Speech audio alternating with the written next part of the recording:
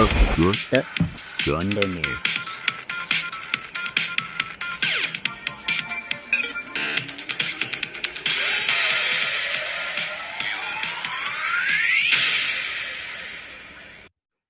Hey guys, welcome back to the Locker Room Podcast, the Thunderknicks edition. Obviously, this is the first episode. I'm an OKC fan and I'm your host, Oliver, joined by Sharpy. Hello. The Knicks fan, obviously. We'll have a new Knicks player up there for you to cover your side of the screen. We're gonna start off with a combined lineup, so we'll debate about it. But so we're just gonna do the starting five and the sixth man and the coach. So we'll start at the coach. Are we all agreeing that Dagnott would be the coach? No, I think obviously Tibbs is the coach. I'm guessing you're fine with that. Yeah, Manchester said his 400th win the other day, career win the other day. Oh, well, that's probably the easiest pick of today, for this episode at least. Point guard. So, what do we want to argue here? Is it are we counting it Giddy as a point guard, or we count SGA as the point guard? Because technically SGA starts at point guard and Giddy starts at small forward. But I mean, OKC play positionless. Do you want to go? Yeah, and really, realistically, so do the Knicks. So I don't know what a point guard is anymore. Really. Yeah, I think compared to the Knicks point guards, though, I'd probably go SGA. I'd put SGA in there. Because who you got on the Knicks? You got Kemba at point guard probably, and or Derrick Rose. Or Derrick Rose. Ooh. Or Randall when he wants to pass the ball. So I think SGA. Are we comfortable with that? Yeah, we can go with that. Yep. All right, SGA. Shooting guard. Now, this is where the debate begins. Dort versus Barrett. Now, I'm guessing... No, Barrett's been playing a lot at small forward. Who do you have? If anything, I would probably put Kemba there at point guard, then SGA at shooting guard, and then... See, I wouldn't have Kemba in this. Hypothetically, in my view, I wouldn't have Kemba in this team. I think that if Kemba was a guard still, obviously OKC fandom, but I'd probably put Giddy over Kemba because Giddy's just as inconsistent, but Giddy can actually defend. And I think that's what I'm going to base mine off is Tibbs coaching defense first, and what is a third licensed defense this year, aren't you? Yeah, well, the starters probably are. Yeah, after being top 2 or 5 or something or last top year. of the East. Yeah. At one point. So what hypothetically, what would you put? Because I'd probably put if RJ Barrett's not shooting guard, who would the Knicks shooting guard be? Fournier or something? Yeah, and he's not that spectacular. So yeah, so I'd argue Dort, but just because he's defensively good, but I don't know, because I guess you could have Giddy at point and then SGA at shooting guard and then argue at small forward. Oh, if it's going to be Giddy at point guard, then SGA at shooting guard, then it's going to be Barrett. Yeah. I think you could make a case for Dort versus Barrett, but I wouldn't bother because I think Barrett's too good. RJ over Dort any day. Maybe in a couple of years that might be a debate, and hopefully it is. Hopefully Dort can keep it up. But so do you want to take out SGA at point guard and put Giddy at point guard? Yeah, we'll do that. So the Aussie gets in. Shooting guard was SGA. Small forward is Barrett. Now, power forward, it's got to be Baisley, surely. Yeah, true.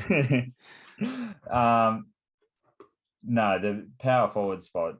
Would you Randall? Yeah. Randall. I mean, who else would it be? I was trying to think who else would be. Yeah, you got to put Randall in there. Who else would be on the Knicks? But I guess you've got to have Randall at power forward and center. I mean, OKC don't really have a center unless you put in Derek Favors. Mitchell Robinson. Can we put Moses Brown in there? Maybe last year. Or DJ Wilson after his performance in the blue. 18 rebounds there in the G League. Yeah. Jesus. Maybe it's just the OKC blue players are just good at getting rebounds because Trey Mann had 12 too.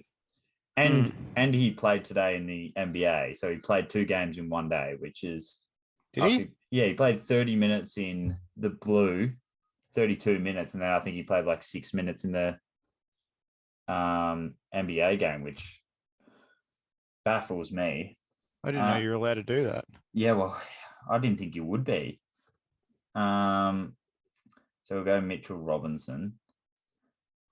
Okay, so we're going for a 6th man. Now I know the easy pick would be Derrick Rose, no doubt. I'm guessing, yeah, that would be the simple pick. And that's why I was questioning maybe doing a couple more bench players because that would be the easier pick. And I'm probably going to go with Rose. But say we'll put Rose down because he's just the guaranteed 6th man because he's that good. Who would be your second 6th man? So basically 7th man. But Quickly. So you'd put Quickly over Dort? I put Dort after Quickly, yeah. So that's why that's where I'd personally disagree, only because you've already got Rose at point guard who's going to score heaps, or not score heaps, but he's going to be the attacking player off the bench. I think if you've got Tibbs as your coach, if Tibbs had Dort, he would be I don't know. That's too disgusting to say, but he'll be very happy with himself. I just think you've got enough offense in Rose. I'd put Dort in, but have you come to love Quickly again? Have you? I mean, he's been playing well the last few games. So I did see a few highlights from him. He's been shooting a lot better. He was a bit quiet at the start. But yeah, he's still got. I was watching him when he hit 2 threes against Charlotte. Obviously, he's lost that game, but his shot look. I didn't notice how weird his shot looks. His action's real weird. It looks uncoordinated, where he's like sort of jumping forward in a way. So I'm gonna go Dort, but you go Quickly. So that's the only really difference we have. But hypothetically, if we don't have a 7th man, you got 1, 2, 3, 4 Knicks players and 2 OKC players, which probably sounds about right because, I mean, we're pretty fucking trash. After Dort, Giddy, and SGA, there's really nothing. Yeah. Well, there's Poku. He's in this. Yeah, he's in there somewhere. But I'm just trying to think who else starts for us. You got Baisley, and then fucking Isaiah Roby came back today. God, it was shocking. It was just disgusting watching him play. Not a fan at all. Well, that's our combined team. If anyone comments on it differently, I'll be very surprised. We'll get into the OKC part of the thing. So we're obviously on a 4-game win streak before losing today to the Nets, which, I mean, losing to the Nets, there's no shame in doing that. But we were actually competitive nearly 3.5 quarters, except fucking Patty Mills just decided to torch us. I swear he always has a good game against us. He hit, 9 threes, I'm pretty sure. And bloody KD had like 15 free throws, so God knows. But Dort had his 3rd consecutive 20-point game, first time in his career.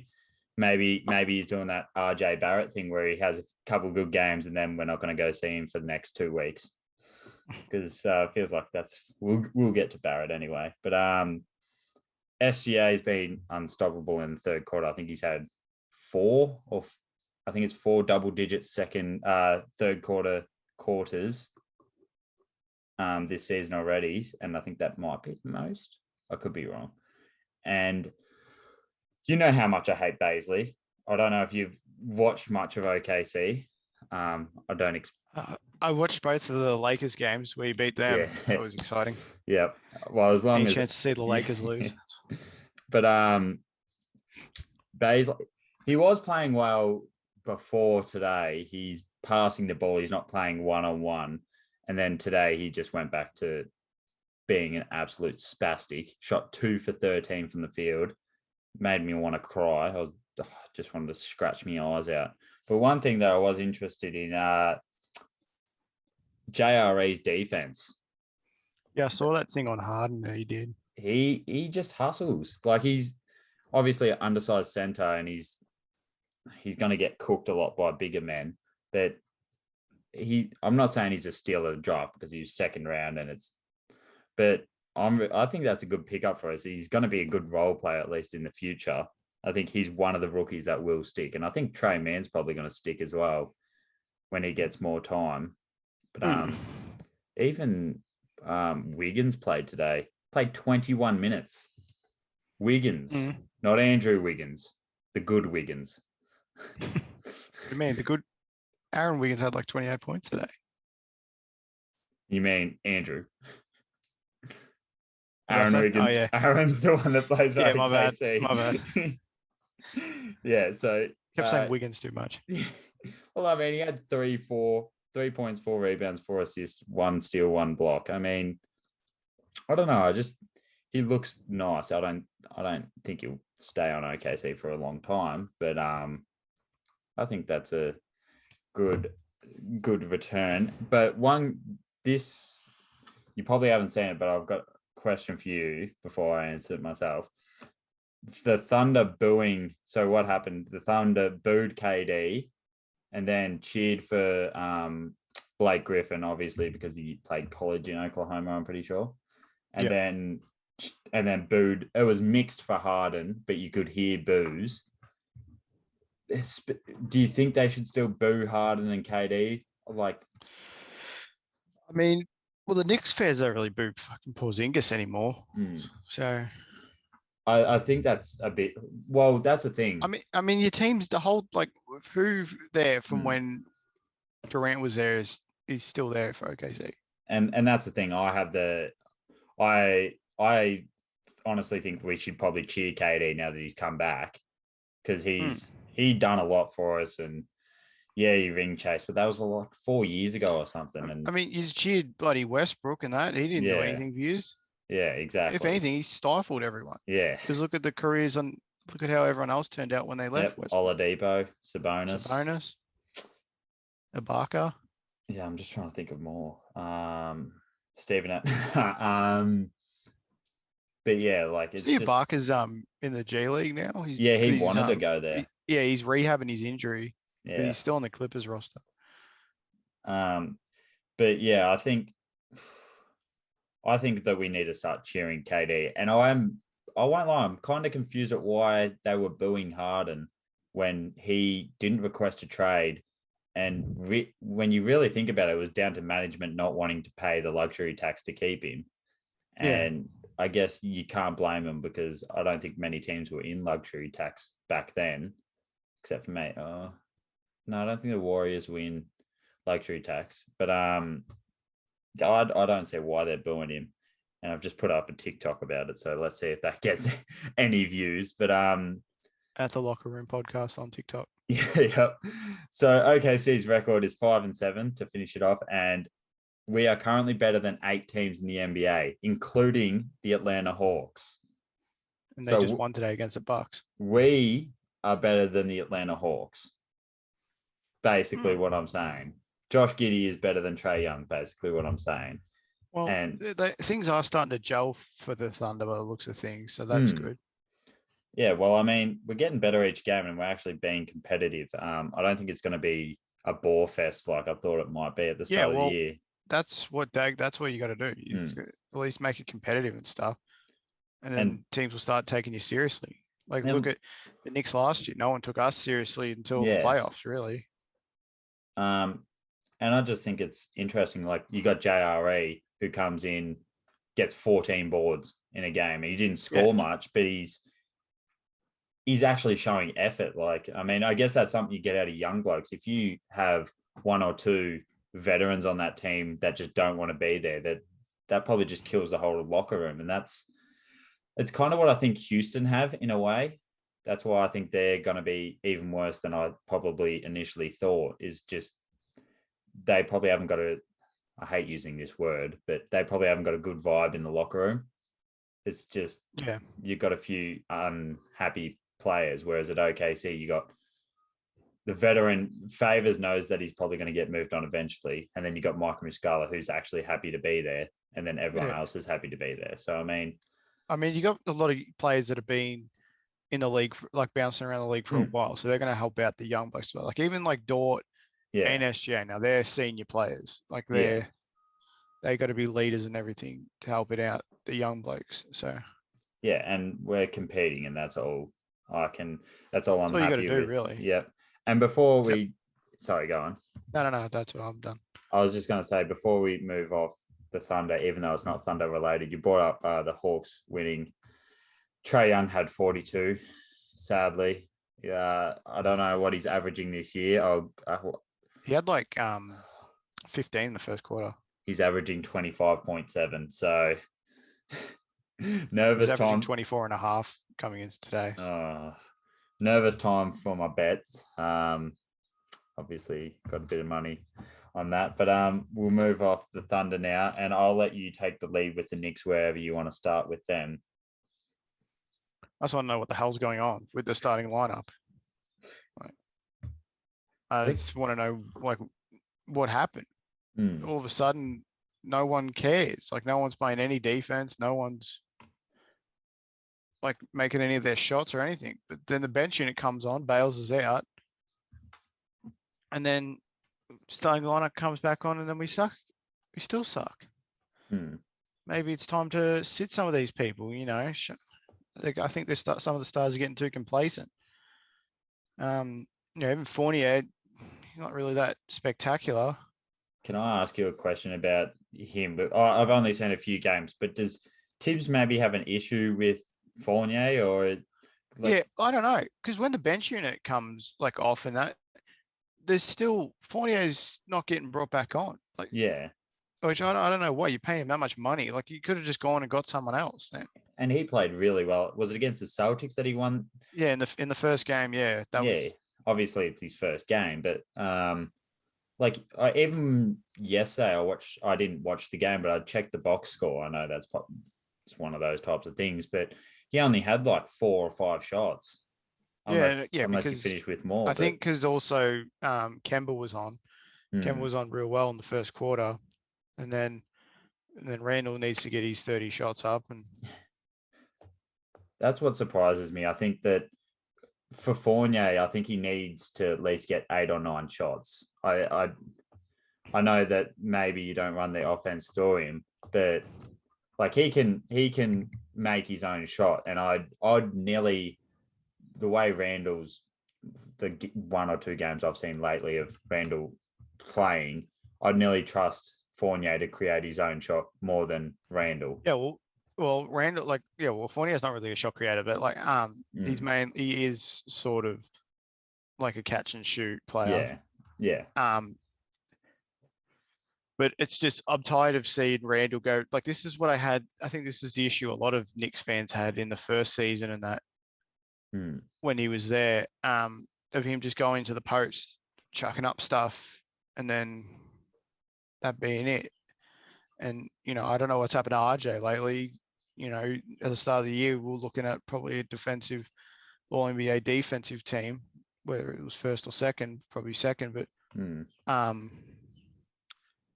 and he's just dropped off. He had a good spurt of games, obviously with the career high against Pelicans as well, but something's happened there where he's just not getting as many touches, or he just doesn't look like he wants to be there. The game, the Duke versus Kentucky game at Madison Square Garden, it looked awesome because all the Knicks players were there, in the crowd, and everyone looked happy. Even and everything. Tibbs, except Tibbs, he didn't look happy. He never looks happy. There was a clip, I think, Rob Perez put up on, or Perez, I don't know. Yeah. He put up on Twitter of in the game where you could hear Tibbs yelling at either RJ or he said Jay is Julius. It was at Barrett. Yeah. He's saying wake the F up and all that stuff. And I think that should go to a lot of the starters as well. They need to wake up and they need to hit their shots. They need to play proper defense and everything. because and it's going back to Fournier and that. Like if he's not doing the job correctly and that, and like then it looks like we've just overpaid for someone. We could have just kept Reggie Bullock. Because Reggie Bullock and Evan Fournier are the exact same player, pretty much. Except Evan Fournier has been known to actually take more shots and make more shots, whereas Reggie Bullock does what he needs to. Reggie can shoot the ball. Yeah. Reggie can defend as well. He's another 3-and-D player. He just doesn't take nearly as much shots. The thing is, also, if Randall's going to be the one taking all the shots and everything, then why do we need a player like Fournier there? And if he's just going to be there on the defense and that, why can't we just play? Why couldn't we have just kept Reggie Bullock? Pay less. Exactly. Well, interesting. I've got it up here. So Alec Burks took twice as many shots off the bench last game against the Hornets as Fournier did. Like, you're going to have bench players take more shots than you, but to only have 6 shots and then you got someone like Alec Burks off the bench taking 12. I mean, I don't know. I don't know if there's something they don't want to run the ball through him. I don't watch many, like, because the first game against the Celtics, it nearly looked like every play was going through Fournier because he was on fire. But what do they just feed it to the hot hand every single time, or like do they run plays for other people? Just realistically, we have 2 plays. It's either ISO Randall or it'd be a pick and pop with someone. Can I like ask a question? This is a genuine question because I genuinely don't know.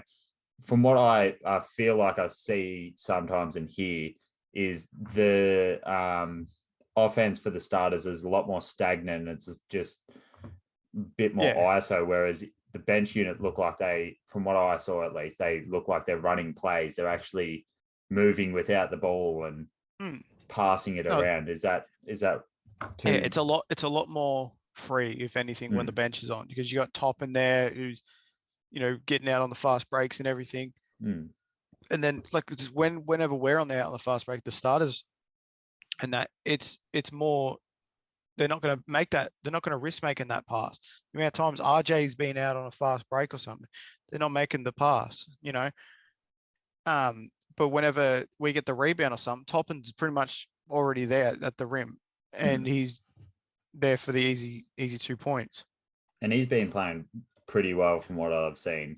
He needs to honestly get more minutes. Like, do we really need to be playing Taj Gibson like 35 minutes? No. He provides hustle, but you can't play Taj over 25 minutes because he's probably a type of player that you get him in for a couple of minutes to lift the energy and then you take him out. You can't keep him in there for long hauls of time. But and I know that Tibbs loves him because he's been with him pretty much his whole career. Yeah. But like you got to look at the statistics and that when Obi's on the court, how better we are with him there. Because he can't shoot as well, but realistically, no one can. Yeah. Randall's not the same player as he was last year at the moment, and it's sad because that's what I was really looking forward to watching again this year. I was really looking to see Randall back it up. Well, do you think maybe they've figured him out, or has he just gone back to what he was when he first got there? Like, I just think he's become lazy, if anything. Maybe the MSG crowd's getting to him. No, well, he was fine like earlier on in that. And, he was fine when the crowd started slowly coming back in. He was still getting 40-point games and everything. Yeah. But it's just now that he's not doing anything like that. He's still getting heaps of points a game, but it's just because he's taking heaps of shots. Like very inefficient. The amount of times like RJ's in the corner open or Fournier's open or someone, they're just not giving him the ball. And I'm not going to argue about who's better, but I watched a lot of Pacers games, and I think that's one thing. That's how Sabonis got a lot of assists. Is he gets in the post and then he does a drop step and just hooks it to the bloke in the corner for an open three. He exactly. That's exactly. You're right there with the double team and everything. He waits for the double team to come. And Randall, the other day against the Hornets, there was a double team there, and he still put up a fadeaway, and he missed. He wasn't even looking at the basket. He wasn't even looking or anything. He just threw it up. And the way RJ's shooting from like corner threes and everything, geez, you got to think how many points that would actually generate. Not only would it get you assists and RJ would probably shoot a lot better, it probably takes away them double teaming you. And then that means you get more freedom. And if they double team you, well, someone's going to be open and it's more than likely going to be the person in the corner. So I think that's what I find interesting though, is they're obviously going to come good eventually, you'd think. But it just depends. One thing I did like seeing though was the game against the Bucks, where Tibbs made a statement that he just didn't make a substitution for the last 16 minutes because the bench unit got them back in the game. I think even though you've lost, I think that's a good statement to the starters that you've played friggin' shit. Do you agree with that, or? Yeah, no, I agree. That's perfect. But I think I saw a stat the other day. The starters for the Knicks have the lowest plus minus. I don't know, a lot of people hate plus minuses, but the Knicks starters have the lowest in the league for a 5-man lineup. I can't remember, but they had the lowest in the league, and then the bench unit had, I think, the highest. Yeah, like you gotta. I think because before Tibbs, if this keeps going on, Tibbs is gonna lose the locker room and that, and people are gonna start taking over and everything, and then which is not what you want. You gotta, you gotta let them know that you're willing to make changes, whether it is putting Kemba off the bench, and that you're not paying him a starter's salary, so you can't afford to put him off the bench. And Derrick Rose is coming off the bench. Yeah, pretty much the exact same player. The only reason I'd maybe think that Derrick Rose wouldn't get started is because you don't want to give him too many minutes to overload him. That's the only thought I could have. I think also we've got rookies there, Quentin Grimes and Deuce McBride. They're not doing anything. Yeah, put them on. I've seen a few Knicks fans get angry at that. See what they can do. And do you think any of the players are actually succumbing to the pressure of playing at MSG? Because obviously he's got a negative record at home and a half decent record on the road. Do you think many players? Because I've only seen 2 home games of the Knicks, but do you think any of them just feel the pressure there, or? I just think they're just in a slump, really. Especially against the Hornets as well. That was away, but I just reckon it's a slump. And I'm hoping that they come out of it soon, because we're 7-6 now. We're 6th in the East.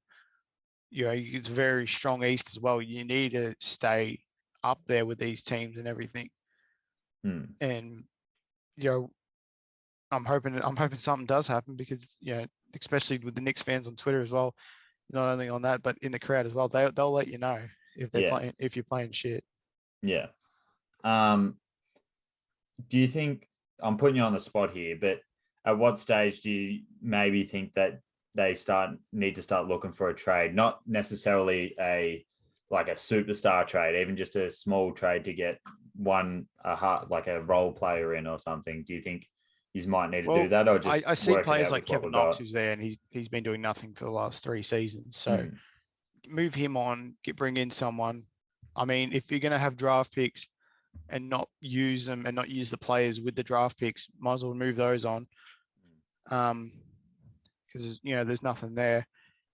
So maybe moving someone like Knox on, even Burks as well, because realistically Burks does nothing for the team. So is there any specific player you'd like to try and get?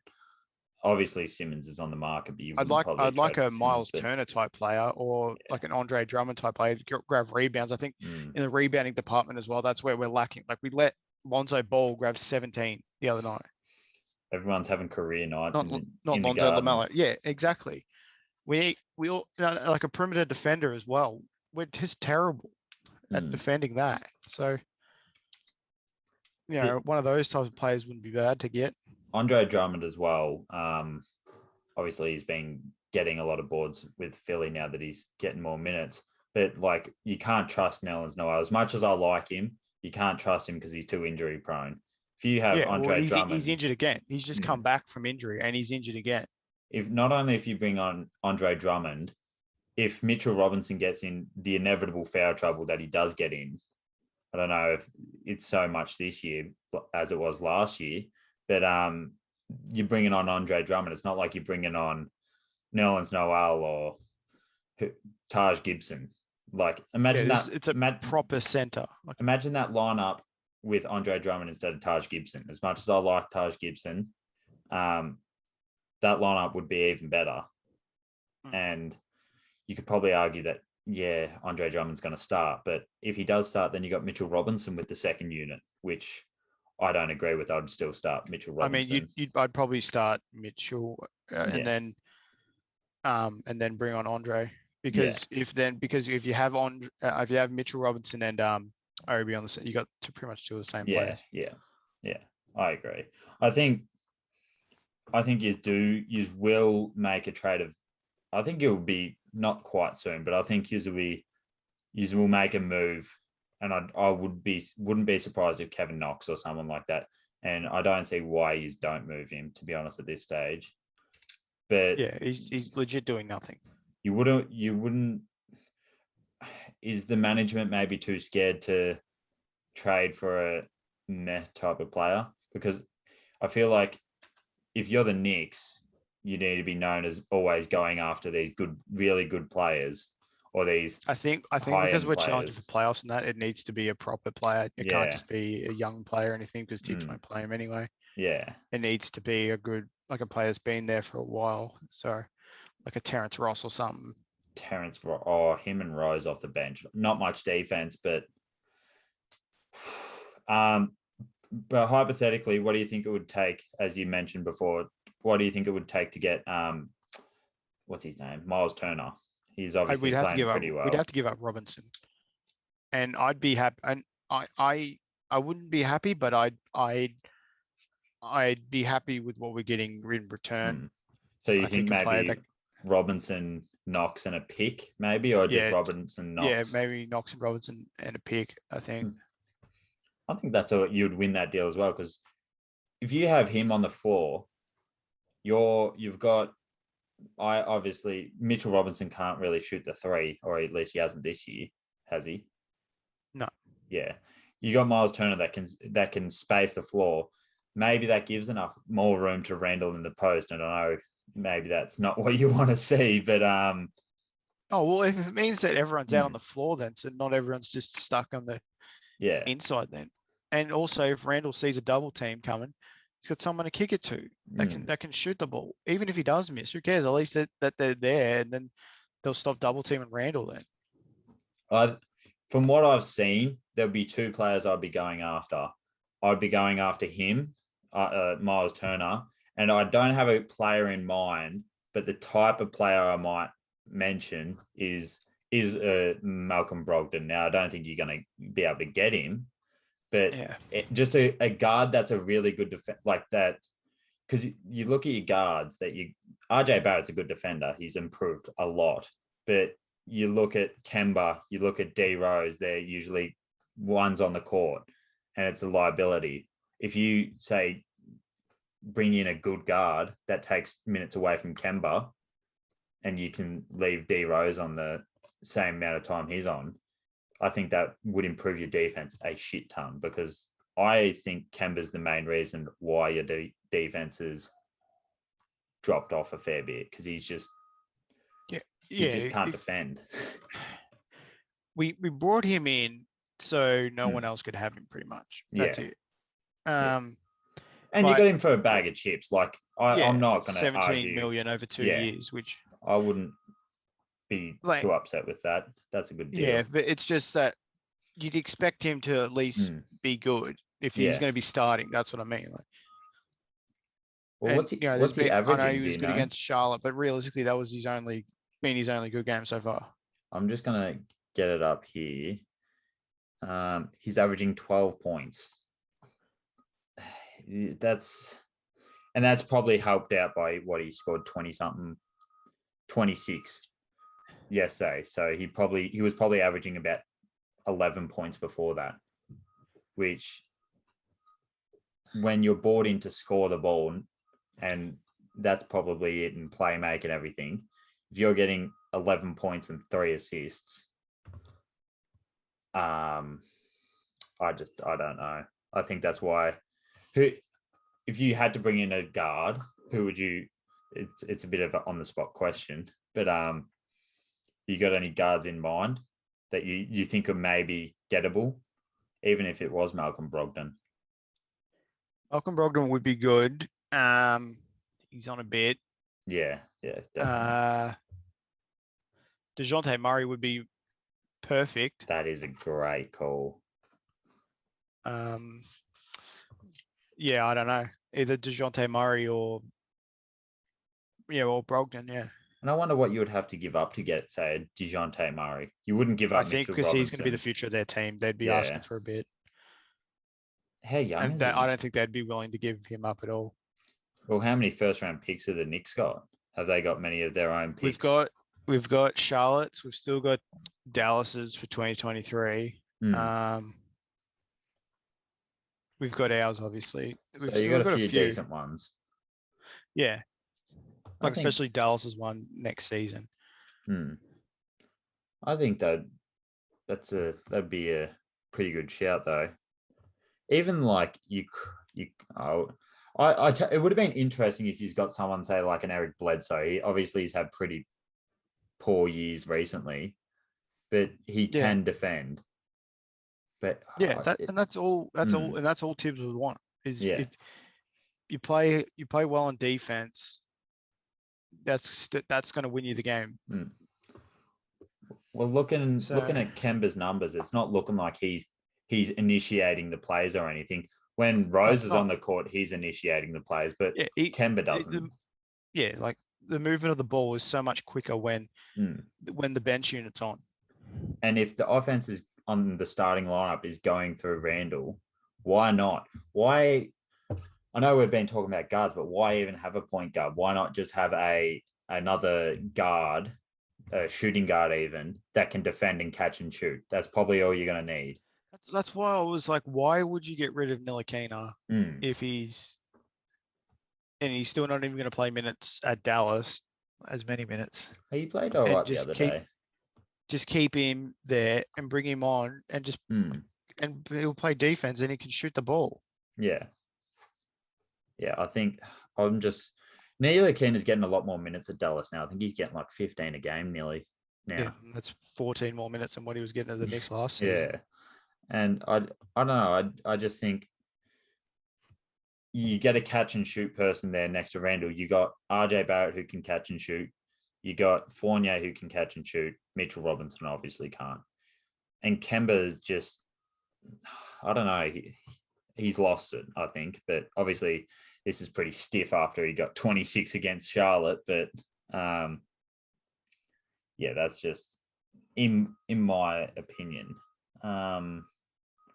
There was one thing I wanted to touch on, but I can't remember what it was. Oh, yes. So we didn't do this for OKC, but hopefully OKC, I say this so we can get more picks. Hopefully OKC lose their games. I also wanted to say this about OKC.